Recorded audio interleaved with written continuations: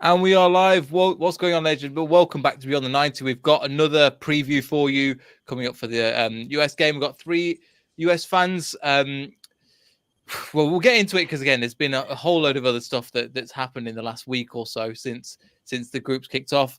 Dan, I just want to start with you. And well, what do you think? Again, I didn't manage to watch it, but how was the US and Wales game? It was a bit as expected. I mean, I kind of felt like a draw was probably the most likely result.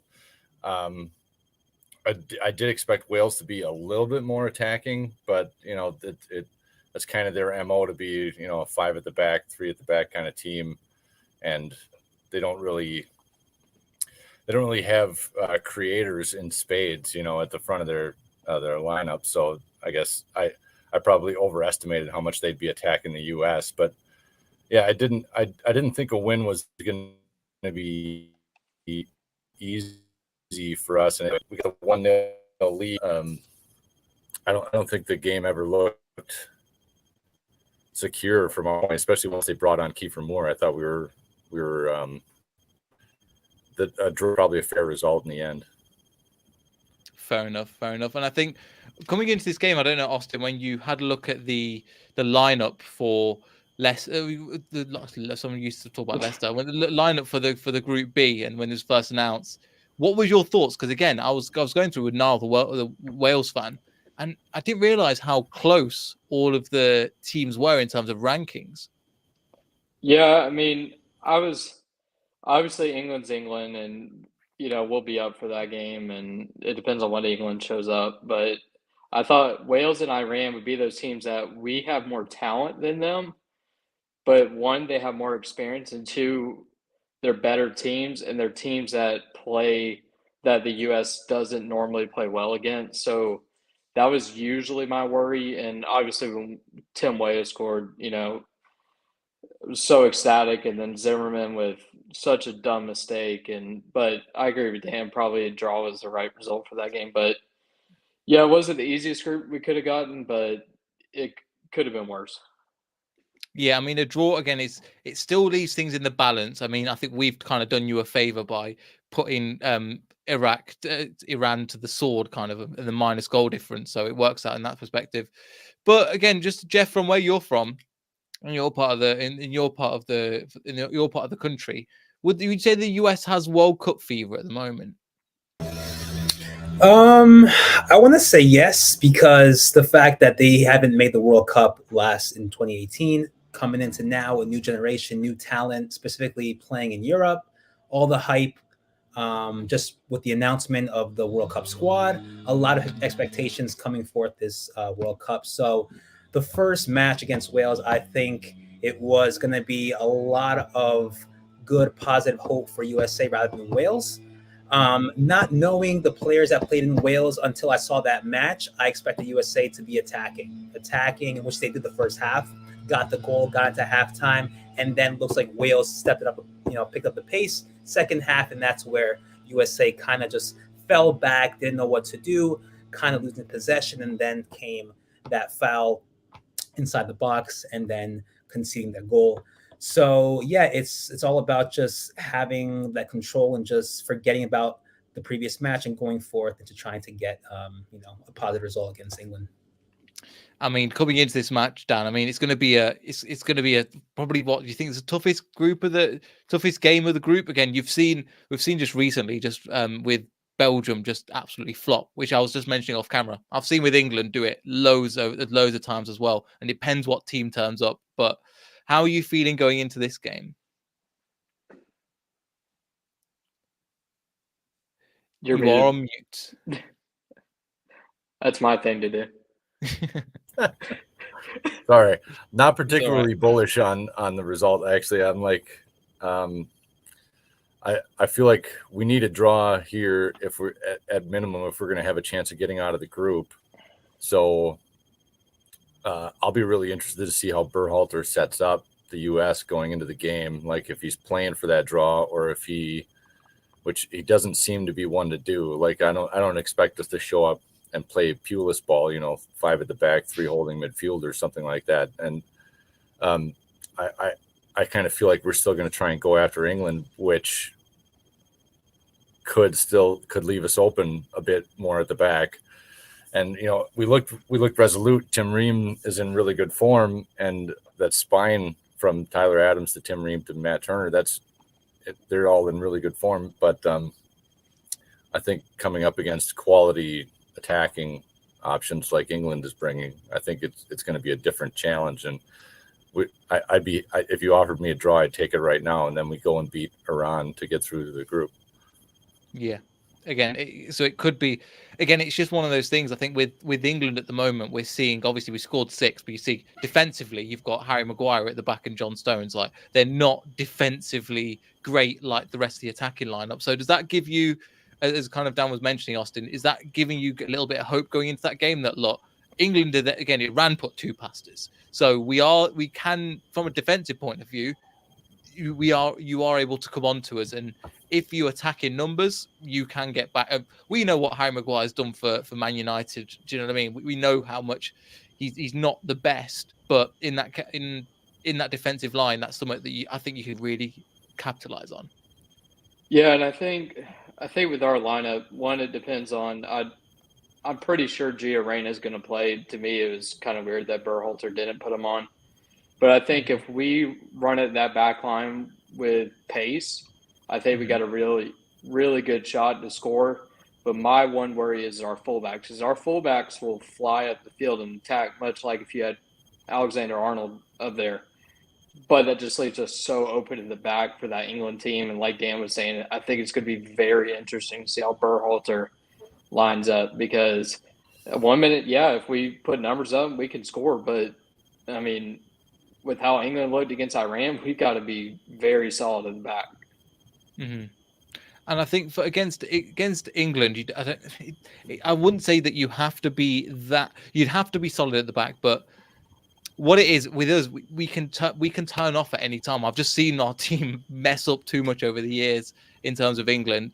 And just kind of coming into this game, would you say that the US team would be underrated for this tournament? Because there's been a few teams, like obviously Japan recently with that result. You're looking at Saudi Arabia.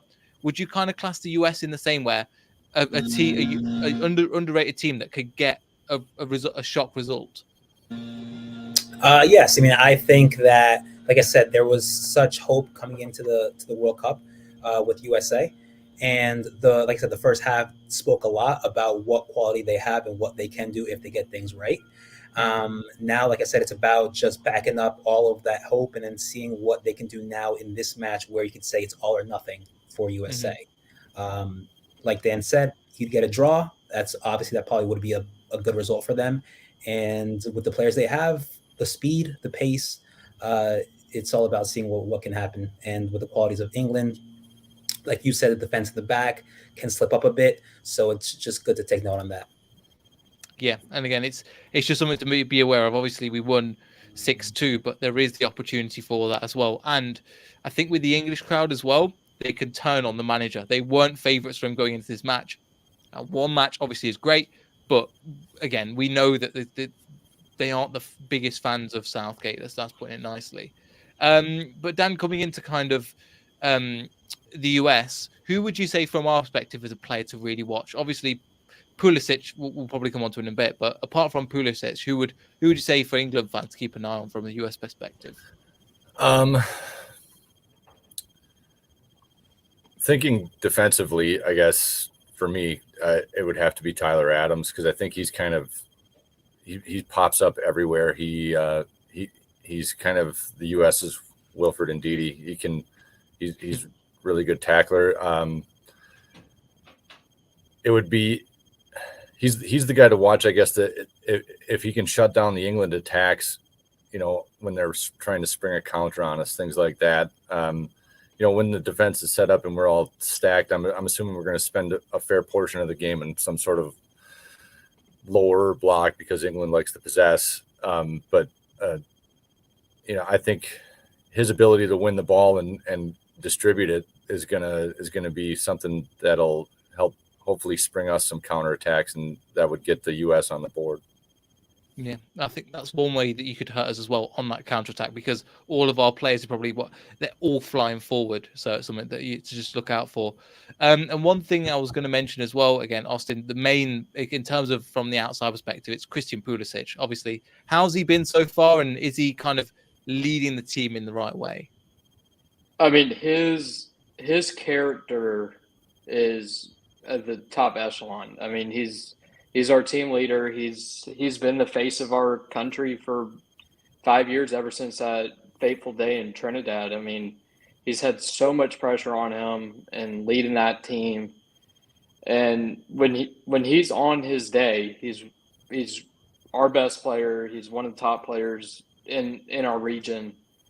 And I just think maybe in this kind of early portion of the tournament, I would get kind of worried because he hasn't played a lot at Chelsea. He's been outside looking in. But, I mean, he's our go-to guy. I mean, there's no ifs, ands, or buts. If he's firing, then our whole team's going to fire. That's how I see him.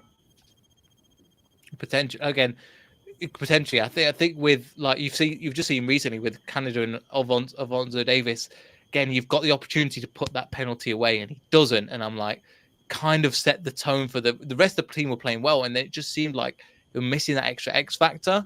And I'm just wondering if that same situation, I'm not saying that the same thing's going to happen, but Jeff, if that similar situation happens with Pulisic, do you think he puts that penalty away against England?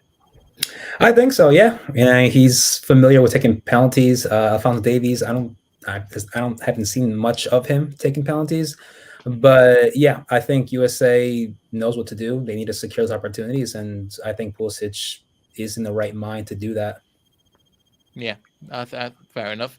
Coming into obviously Dan around again, how do you think the US is feeling about like the group and in general how about the World Cup in terms of getting out of the group? Not.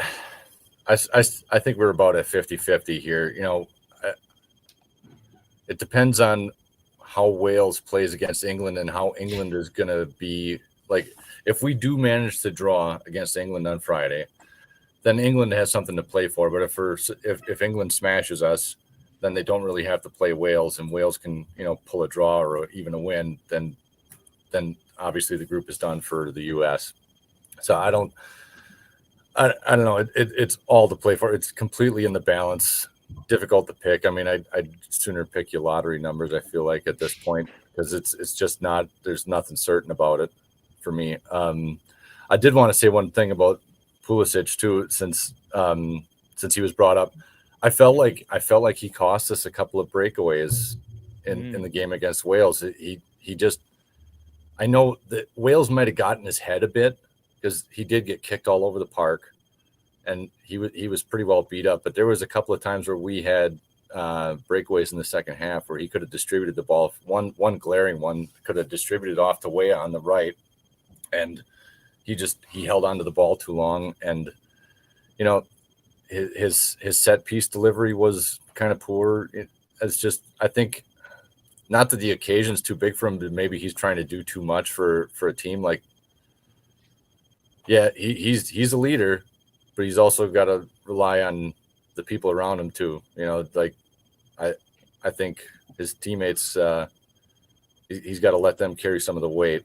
And maybe he's just trying to do a bit too much yesterday. So I'll be really curious to see how he comes back against England. Like if England focuses on him the way they did, or the way that Wales did, how he responds. And maybe Berhalter starts Aronson or Reyna, like Austin was saying, to kind of take a little of that creative weight off of Pulisic. Potentially. And also I think Austin as well, the fact that he's been in England for a while, he's played against a lot of these players as well. Apart from Jude Bellingham, I don't think they've played against each other in like Champions League. He knows these players. He's played with Ben Chilwell. He's played with Raheem Sterling recently as well. Do you think that'll go into kind of part of his theory, going, right, I've got something to prove, considering, again, coming into the side where he knows a lot of these players or has played against the majority of them? Yeah, and I think he's definitely got something to prove at his club. I mean, like I was saying earlier, he's just not playing a lot, and I I mean, Potter's going to be watching that game, and he's going to want something to prove, especially against like Raheem Sterling. I mean, it's almost his direct competition for that starting spot. But I think kind of all those players have something to prove. I mean, all the talk before the World Cup, during the World Cup, is how young this team is, and do they get a pass because they're so young? But Alexi Lawless is saying is like, no, they don't get a pass. They've had 4 years to build for this World Cup, and I think all these players, especially against a team like England, I think all these players have something to prove. And I mean, you win against England, you set up your tournament. Mm-hmm. Yeah, and I think if whoever gets out of the group, it's a relatively easy run, especially if you get the top spot. From what I've seen, again, I'm not looked into it too much, but that's what I've heard just from speaking about people in the office, and just in general, England fans. And then, Jeff, coming into this game, would you say that this is the match you're most looking forward to in the group? Yes, without a doubt. Because we all know the last time this encounter happened was back in 2010 in the World Cup. And you know how that played out. England pretty much attacking. Steven Gerrard scores. And then we have a shot by Dempsey over to Robert Green, deflects off his hand inside the net, and USA almost turned it around. So I'm guessing, it's a game that both sides, both fans are looking forward to. Yeah, that game and that moment single-handedly ruined Rob Green's career. Genuinely, he was England's number one, and then after that, he just went down and down and down and down and down. Just shows you again, one match can absolutely ruin his career, and that's probably one of the things to think about. Dan, coming into this game, would you say that would you consider like the US and like the England rivals? I don't think so. I mean, I think Mexico is still the biggest rival for the U.S. I mean, they're our neighbors next door, and to be honest, it's if we beat England, it's great. It gets us a better spot coming out of the group. But I don't know. It's certainly not rivals. I'm not going to be running around with a colonial American flag, and a tri-corner hat, or anything like that. Like we're restarting the revolution. But in any game, when you step onto the field, you want to take the other team to the sword. And that's just the way it is. It's any other game, I'm watching England, and I'm kind of, admiring those players because I root for a lot of them in their club career. So I personally can't consider them rivals. Maybe other guys got different things to say on that. I mean, it's Austin coming into, obviously, Dan mentioned Mexico. Would you say Canada's a rival as well? I think it hasn't stepped up yet. I think this year was a starting point in that. But I think what kind of hurts this rivalry is this World Cup coming up with 48 teams. Because, we're never going to play Mexico in a World Cup qualification. We're mainly in competition. We're just going to play them in Gold Cups. So I think Canada, if we had another set of qualifiers like we had, I think they will be. Mexico for sure is. I think England's just one of those I think with both of us, it's just more having fun, really just bantering with each other. That's just how I feel. But I mean, like Dan said, I mean, it's England. It's hilarious when England loses, especially you're the team doing it. To get to hear all the pundits talk about England, it's one of those fun things to do. So hopefully we treat it. And a lot of those players do play in the Prem. And like I said earlier, they're going to have something to prove. Yeah. Again, there is something to prove. And would you say, Jeff, the pressure is all on England coming into this game, going, right, these are the guys in form. I think we're the fifth ranked squad. But as you saw from Belgium recently, I think have the second ranked squad. And you saw what happened just in the last match. Again, FIFA World Rankings, it just doesn't really make too much sense. But would you say that, again, coming into this match, that the US will be the underdogs? And is that the position that you want to be with your squad? I think so, yeah. Because, like I said, they drew against Wales. They have to go in and get a positive result, or else they'll be out. But I think both sides have a point to prove. People say that England let in 2 easy goals with Iran, and that's just something that they need to fix on the defensive side. So definitely that's something to come into USA and see if they can actually get that done, versus USA coming in to play much better, and trying to get more possession, trying to finish opportunities, get a goal in, and secure a positive result. But either way, I think the end result, whether USA make it into the next rounds or not, they're the host of the next World Cup. So they have 4 years. They don't compete in qualifiers. That's a huge opportunity to actually look piece by piece look and see other players that are playing either in Europe or other parts of the continent, seeing and getting new talent for that next World Cup. So yeah, a lot of positive results for USA coming forth this match, if not these next 4 years. Fair enough. And I think that's how England saw where we were in 2018. The squad was really young, really developed, out with the old, in with the new. And I think, Dan, coming into this game, does it feel like this isn't the right time potentially again, having that home advantage in the next World Cup? That's when it's really going to start to click for US, or you're seeing bits of that already now with the team?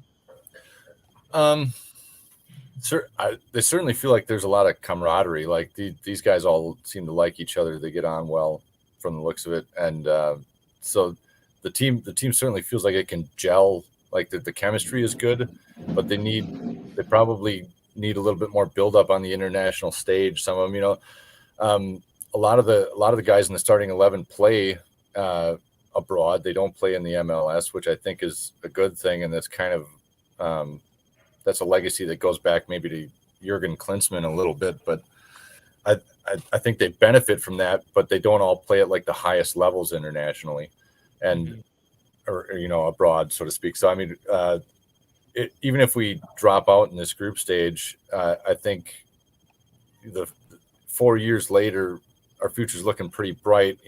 Just get out there and expose these guys to as many Class A international matches as they can. Get matches set up against your Spains, your Englands, your Italys as often as possible. So when the best come 2026, then we're really bringing our best to the park too. Yeah, exactly. And I think that's a good way to look at it, I think, as well. And I think the thing is, they don't really, in terms of for the friendlies and stuff, it never really happens. It just tends to be Europe faces Europe, Africa faces Africa, Asia faces Asia, and North and South America just kind of deal with each other, Austin. Again, we don't really have international. I think that's what makes the World Cup a little bit more special, is because the Euros, and I know you have I forgot what it's called now. I forgot the American one. The CONCACAF? Gold Cup. Is it the Gold Cup? Yeah. So is that what do you think again?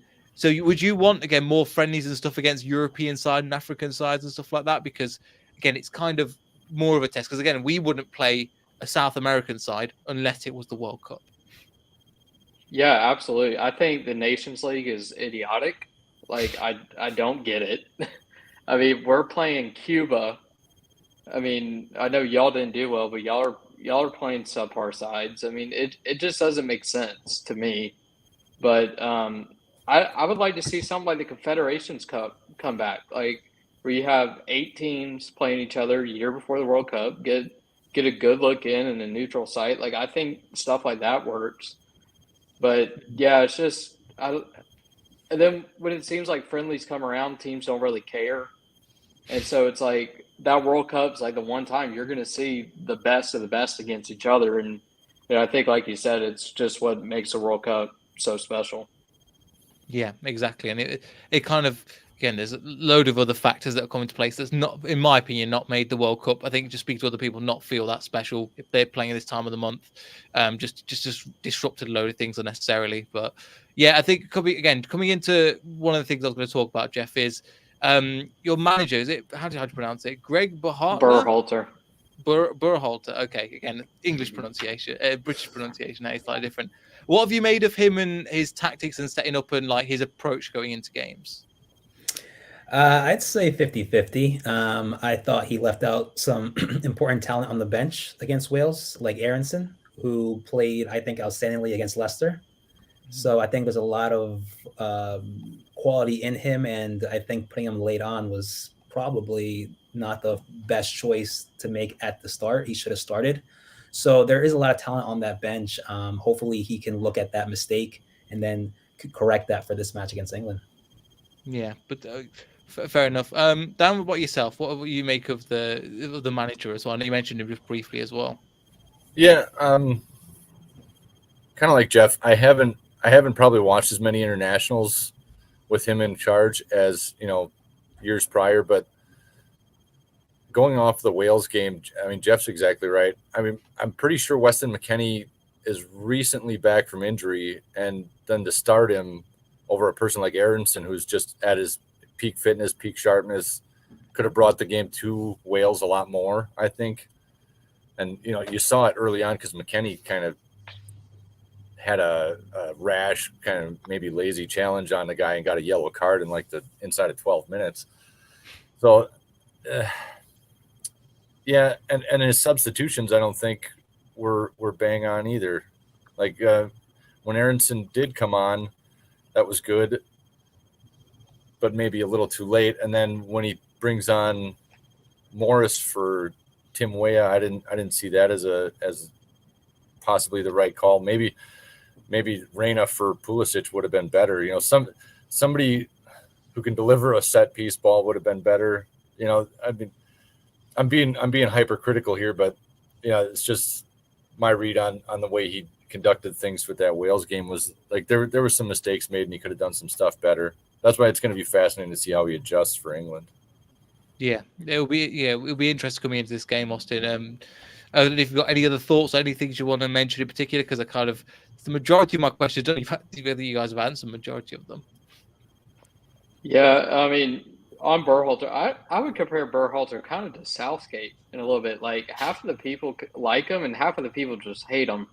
And like with this team, like we'll see results like 2-0 against Mexico, and then which it looks a lot better now, but the loss against Japan and the draw against Saudi Arabia, like before the World Cup, and it's like, what are we doing? And I mean, it's a young team, and he's got a tough job. He's got all this talent, and other than a couple of the World Cup qualifying games, he hasn't had his full team, so not a lot of time to prepare a team.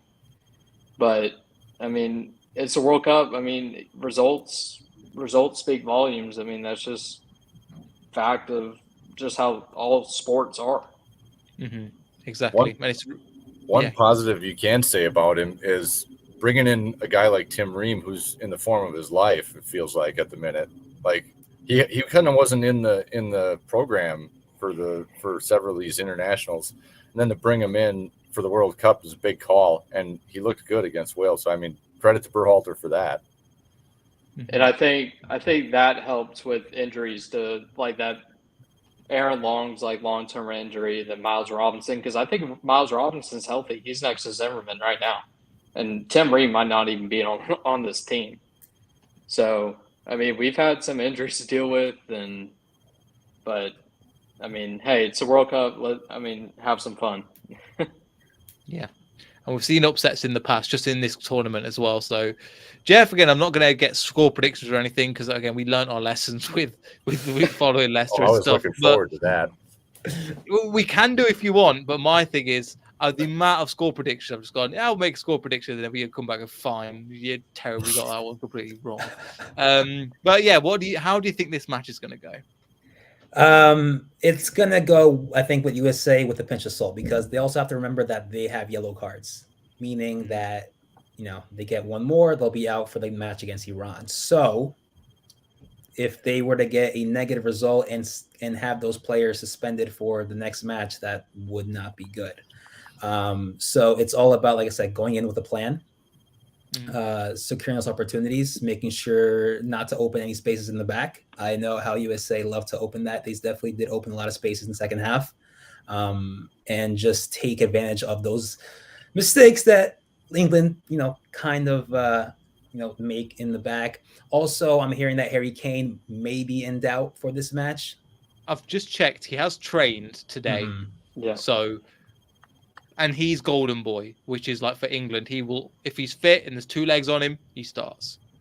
Yeah. So that, and also a fun fact that I just learned today was that Callum Wilson scored his first goal with England against USA in 2018. So if he starts, that may happen.